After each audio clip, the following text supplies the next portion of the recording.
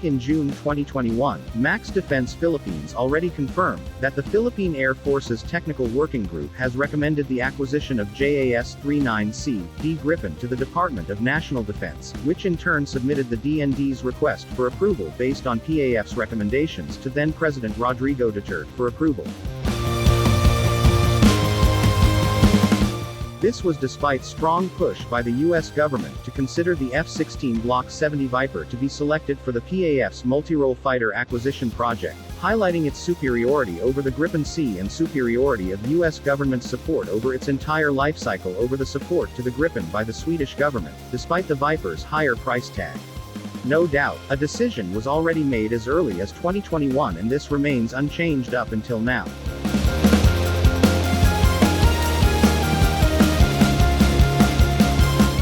It has become clear that the MRF acquisition project did not push through in 2021 not just because the Philippine government failed to allocate funds for the project. Recent updates from Sweden confirm that an approval by the Swedish government to export the Gripen to the Philippines was not made during the term of former President Duterte due to his notorious human rights record.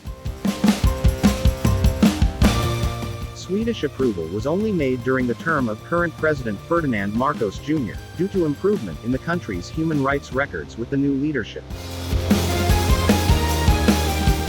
Now that the issue of approval by Sweden has been done, the next issue would be the funding. It is confirmed from numerous sources from the DND, PAF, and recently from a high-ranking cabinet official of the Marcos administration, that the DND has resubmitted its request for approval of the Multirole Fighter Acquisition Project to President Ferdinand Marcos Jr., still based on the Jas-39 Gripen proposal. And that initial funding would be using unprogrammed funds under General Appropriations Act, GAA, for fiscal year 2023, which has more than enough to finance the initial funding required to start the project.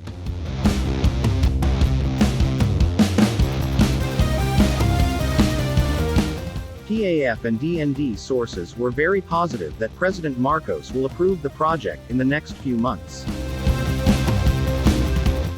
If this pushes through, the MRF acquisition project of the PAF will become the Philippines' most expensive defense acquisition undertaking in its history, as the project is expected to cost more than 73 billion pesos, which includes the ammunition for the fighters.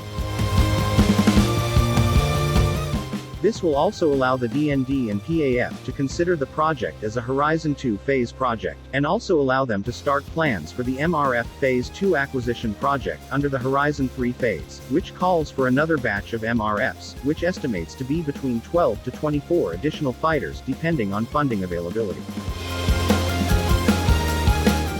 Now that the ball is in President Marcos Jr.'s hand, we believe that if this goes to fruition, it will become a legacy project under Marcos administration.